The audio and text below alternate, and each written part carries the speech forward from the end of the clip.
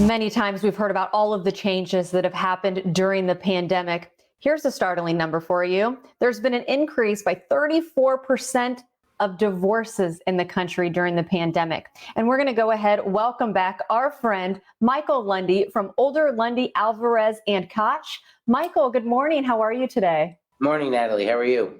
Well, I'm doing well, but as a married woman, I kind of say it hurts my heart to hear that we are seeing more divorces.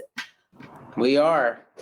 Obviously, this is taking its toll on everybody. It's hard to be kind of captive at your own home and isolated from other people. So we have seen an increase in tensions.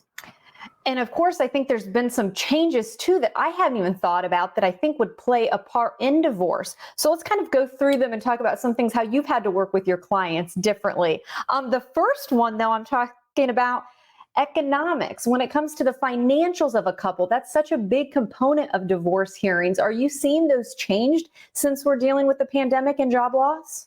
We are, and it certainly doesn't do anything to improve the tension situation. So we are seeing the loss of income and the loss of jobs as a factor that is leading to this increase in the divorce rate. And so when you think of job loss, of course, that kind of goes, hand in hand to the fact that some people are taking this very precautious because of maybe health reasons that they may have. Some people a little easy. That can be a big difference in lifestyle choices when you're dealing with kids. It's already hard during a divorce to figure out child custody, then throw in this. How are you able to get on the same page for your clients when it comes to this big issue of how serious people are taking the pandemic? This is really highlighting the need for people to be able to compromise and be reasonable and rational when they're confronting problems.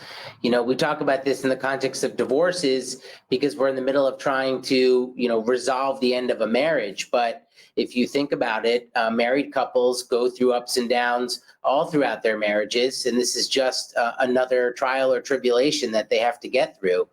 But needless to say, people are having to make some choices and some sacrifices when there's a loss of income that suddenly occurs because of something like this. And then, of course, the complexity of child care issues and being able to have child custody with how serious they're going to be. I'm assuming that's something that you've had to see per example, safe to say?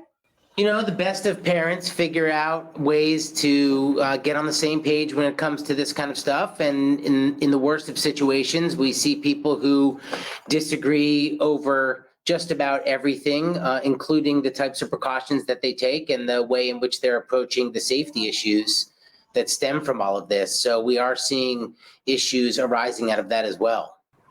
I'm assuming, Michael, you are an attorney that has seen it all. You were just talking about the conflicts. That's nothing new for you. That kind of goes hand in hand with your practice, being able to solve it. However, meeting with the clients maybe changed a little bit. Say people are immune compromised and they're needing to stay home. Are you still able to work with your clients if that's the case? We are. We immediately, as soon as the first quarantine was announced, we immediately converted parts of our office to Zoom studios so that we could get in touch with people and have face-to-face as best as possible.